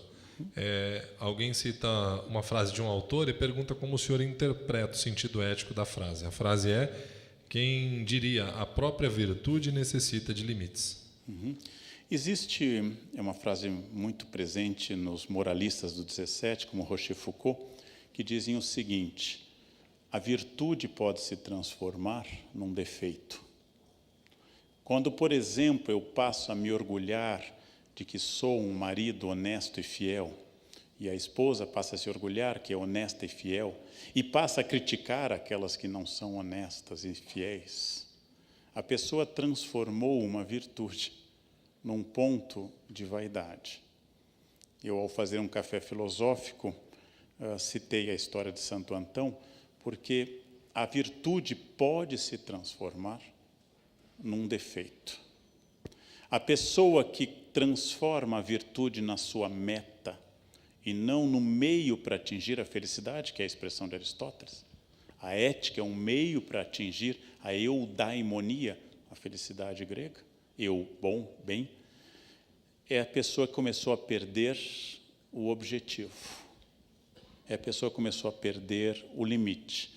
Tudo tem que ser prudentemente pensado. É bom ter cuidados de higiene. Lavar as mãos em excesso é um toque chamado a blutomania. Eu gosto quando tem a blutomania, a cozinheira, o enfermeiro e o médico. Eu gosto de enfermeiras com esse toque, né? Mas tudo contém o seu contrário. Citando, não sei qual a relação exata que vocês têm com a personagem, citando o Dr. Hahnemann, fundador da homeopatia, a diferença entre remédio e veneno é a dose. Enterrado lá no cemitério do Père Lachaise, Dr. Hahnemann tem essa frase como coisa. Ou seja, tudo se transforma no seu oposto, se eu não tenho a medida. Rochefoucauld é o pai desse tipo de coisa. Ele tem umas frases ácidas demais, né? Ele diz às mulheres: se você odeia um homem, dê um tapa na cara dele. Mas se você odeia muito estruturalmente, mate-o. Mas se o ódio a este homem for tudo para você, case com ele. Porque aí a punição será ao longo de toda a existência. E viva mais também do que ele. Então, essas são as frases um pouco amargas do século XVII, por favor. Em qual momento da sua vida você viu a necessidade de ser ético? Achar que devemos perceber o valor da ética, de ser ético? Em qual momento da sua vida? Eu acredito, gente, sendo oriundo da classe média interiorana, de ascendência alemã gaúcha, que os primeiros anos não foram de reflexão ética, mas de osmose. Eu absorvi por osmose valores que eu supunha do entorno, o que a gente chama de currículo oculto ou indireto.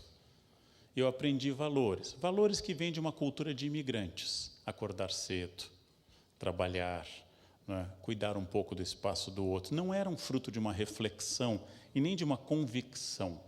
À medida que eu fui envelhecendo, eu fui percebendo que alguns desses valores eram de fato valores. Outros eram apenas obsessão de imigrantes. Então, a racionalidade vai transformando aqueles valores obtidos por osmose em valores obtidos agora por reflexão. E eu incorporei vários destes valores. Mas, de novo, eu não sou um poço de ética. Eu permanentemente preciso corrigir questões. Quando eu dou um curso de capacitação para professores, a primeira coisa que eu falo para eles é uma lista das coisas erradas que eu já fiz como professor, para que eles entendam que não está ali um ser iluminado falando, mas alguém que hoje erra menos, porque eu já errei muito. Que este é o bom. Eu tenho um lema na minha vida: não tropeçar 2 vezes na mesma pedra. Ou seja, não cometer o mesmo erro. Nunca voltar a um hotel fazenda, por exemplo. Nunca. Só uma vez. Só uma vez. Depois, pronto, já foi taticado. Não voltar a uma estação de águas termais nunca. Nunca mais. A gente só comete o erro uma vez. A ideia de você se aperfeiçoar é você refletir sobre essas ações. Permanentemente. Para sempre, inclusive. Por favor. Professor, sei que não posso mudar o mundo, mas meu mundo posso mudar. Tenho e faço valer minha ética, porém, como reagir quando dentro da minha empresa o meu superior burla sua própria ética? Ética essa que está interligada à minha e de meus colegas para exercer um bom trabalho.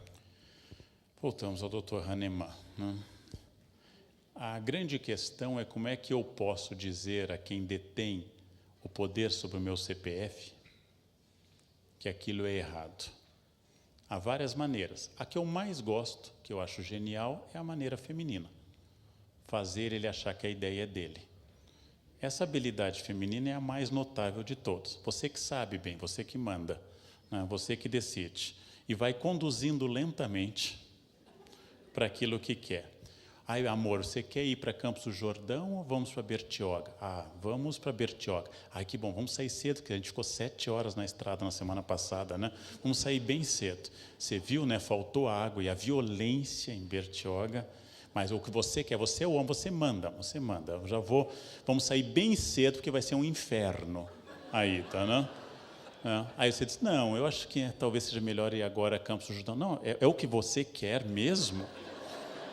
Essa é uma habilidade que leva os casamentos a bodas de ouro. Ela é feminina. Os homens são imbecis e enfrentam. A mulher concorda e faz do jeito que ela quer. Eu acho isso admirável, né? É admirável. Eu disse ontem no jornal, nós precisamos de mais mulheres na política, mas governando como mulheres e não governando como homens.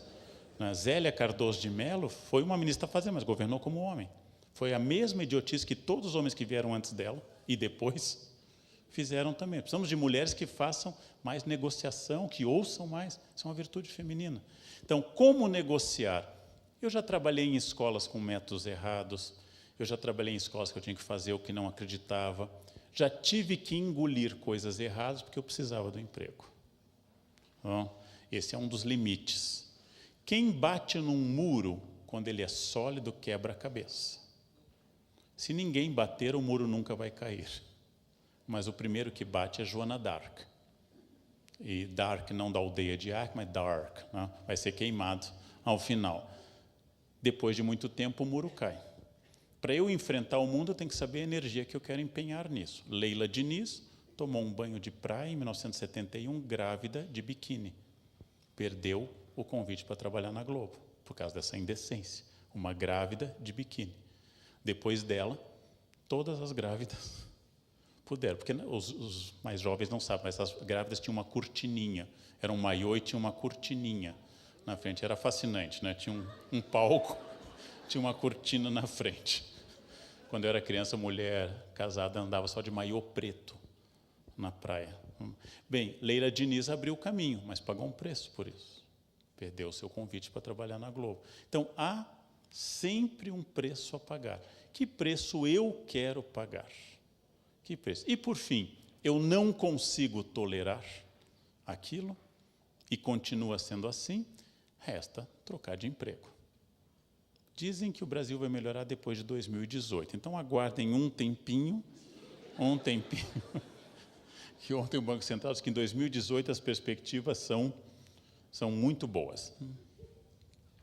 Nós temos aqui, na verdade, um desabafo e uma pergunta. O desabafo é que alguém no processo de composição da escrita do mestrado foi acusada pela orientadora de estelionato. Isso foi até registrado por e-mail. Após dias e horas de leitura, interpretação e construção do conhecimento, apesar de seguir desapontada, finalizou o mestrado sem laços com a orientadora, mas eticamente tranquila.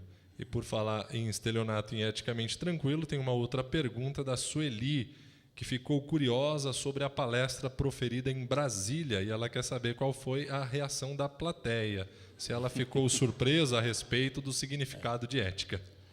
Bem, vamos começar com o primeiro desabafo. Relações de orientação são complexas, o único defeito que a academia não tolera é o plágio. Você pode ser qualquer coisa, até pedófilo, mas não pode ser plagiador.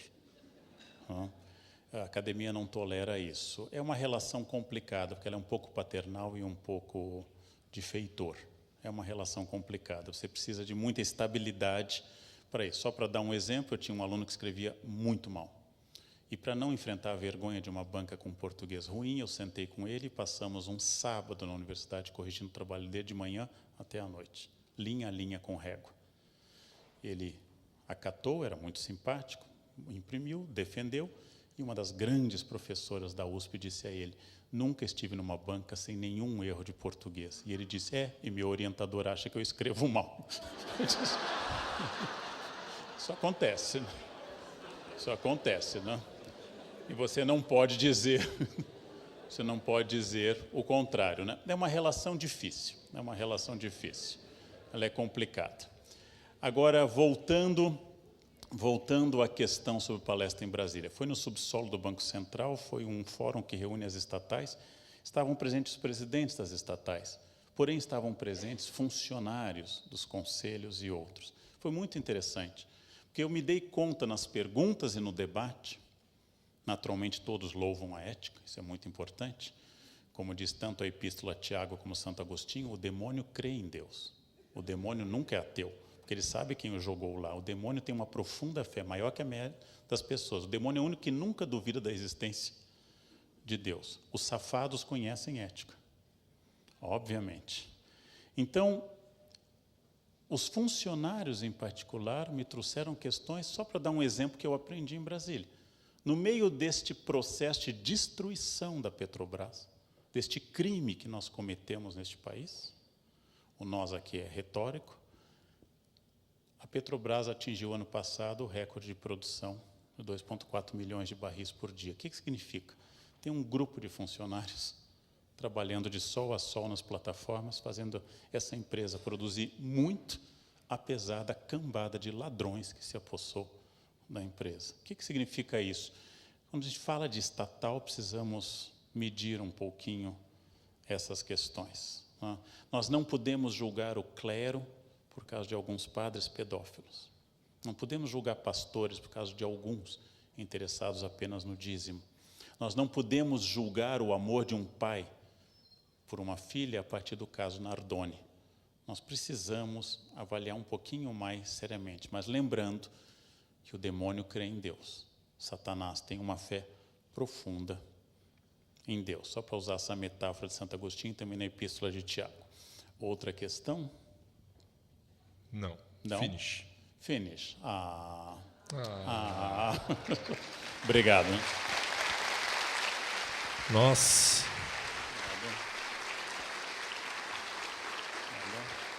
Nós agradecemos muito, professor, doutor Leandro Carnal, pela sua apresentação, enfim, pelo tempo disponibilizado para perguntas e respostas. Muito obrigado, professor, doutor Leandro Carnal. Mais uma vez, os aplausos da plateia.